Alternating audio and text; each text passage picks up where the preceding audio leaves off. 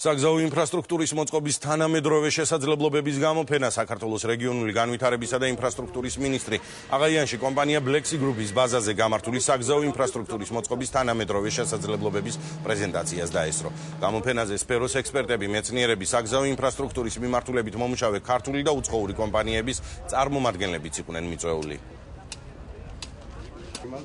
ძალიან მნიშვნელოვანი ღონისძიება და ძალიან ბევრი კარგი რამ ვნახეთ თანამედროვე მეცნიერული და ტექნოლოგიური სიახლეები გზების ინფრასტრუქტურაში და გზებთან დაკავშირებულ სხვა ინფრასტრუქტურაში. ჩვენთან ნელ-ნელა ინერგება ეს ტექნოლოგიური სიახლეები, მაგრამ ჩვენი ამოცანაა რომ დავაჩქაროთ ეს ყველაფერი. ეს ის ტექნოლოგია, რაც სოფლის სხვადასხვა ქვეყნებში აპრობირებულია, გამოყენებულია, მაგრამ გვინდა რომ ჩვენთანაც უფრო სწრაფად დავნერგოთ, რადგან ეს იძლევა ერთის მხრივ ინფრასტრუქტურის სწრაფად მოდერნიზაციის საშუალებას, პირველს მხრივ ხარისხიანი თანამედროვე სტანდარტებზე დაფუძნებული. ეს მე მიმაჩნია ძალიან დიდ გამარჯვებად ჩვენი დარგის.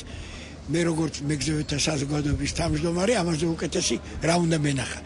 და უნდა აღნიშნო, რომ დღეს შექმნილია სამინისტროში სპეციალური კომისია, რომელიც მუშაობს ნორმატიულ დოკუმენტების შექმნა. აი სწორედ ამ ყველაფერს სჭირდება ნორმატიული დოკუმენტები და ამაზე დღეს მუშაობთ.